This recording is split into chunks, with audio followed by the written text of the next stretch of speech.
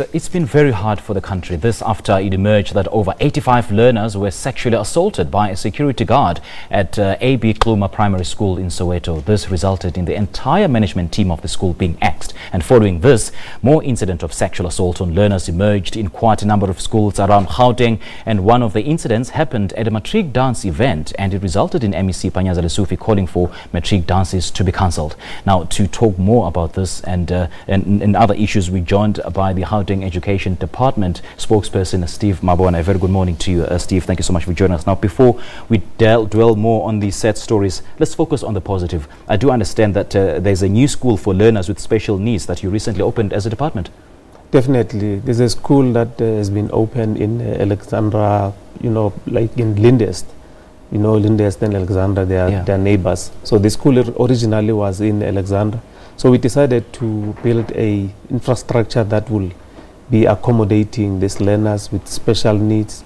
Because remember, we said we don't need to give them crumbs in our budget. We need to budget for them as they are part of our curriculum. They are part of us. Let's treat them the same. So hence we have said we need to make sure that we increase a number of such schools so that the waiting list that has been in existence is reduced. Yeah. So we have 560 learners that will be in the school, which is quite a special one. It's a smart, school which your smart boards, a school that they will be, encouraged to be there because it's now going to be a boarding and lodging school. So you will have other learners, not only in Alexandra, other areas in Gauteng, which will be accommodated in that school. Which we see as a department is quite a positive initiative. And I understand the school is able to withstand severe weather conditions. How? Definitely. The school is green, compliant. It has all amenities of being a green, environment friendly. So anything, and there's water. If there's no water at the school, there will be water. So there's no way we will not have warm water. We'll always have that. There's showers. So the environment is conducive. It's not that one of saying this is an old school that has been refurbished like as we are doing in other areas. So we felt that we need to build such a mega project, which is quite really a good thing, in the education spectrum. I mean, we've been inundated with bad things that are happening in our environment. So we've been speaking about that throughout the weeks. So we felt that, look, we also need to focus on things that make us tick, that of making sure that the learners with special need, they are also accommodated. And we are starting a new curriculum that will be focusing on technical, way of these learners. That is, we move away from only doing probably woodwork. We also do technical, which will involve metal. Those that are in a position of doing welding work, they will be empowered to learn on how to do that. So it's not the one that is confined to only skills. We're going technical now. We're moving, with the types. Yeah. Now, Steve, you've been on almost all media platforms in the past 2 weeks, almost on a regular basis. It's been really tough times for the Gauteng Department of Education, isn't it? Definitely. It's been a tough time. It's a wave of negativity. There's a, dark cloud that is upon us. But then we are saying, we are on the ground, we are making sure that we attend to all the issues. Like as we have announced that on Sunday, tomorrow, there's a meeting with all the patrollers. We want to re-screen them, make sure that we understand those that probably have not been vetted.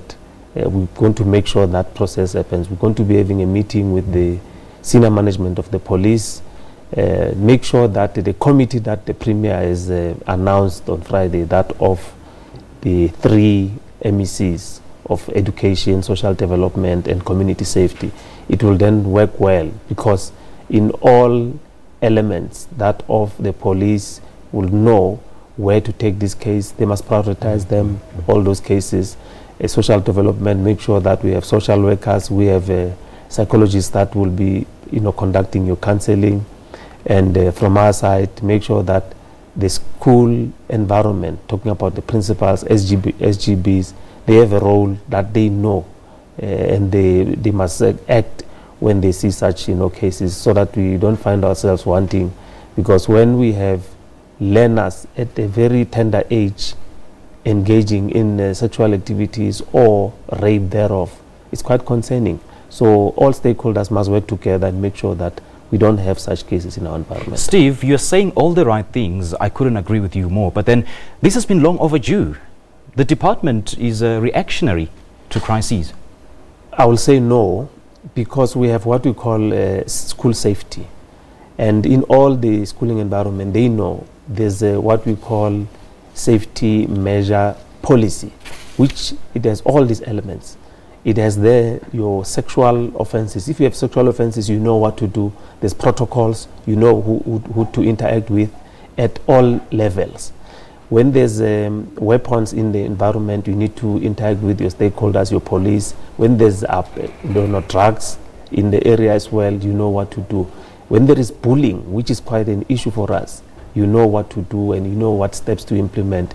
Any violence that is at the school, you also know how to do. So the code of conduct, SGB has a role to make sure that we have code of conducts that are actually current, talking to the current situation. They need to be amended and implement them, according to what is happening now.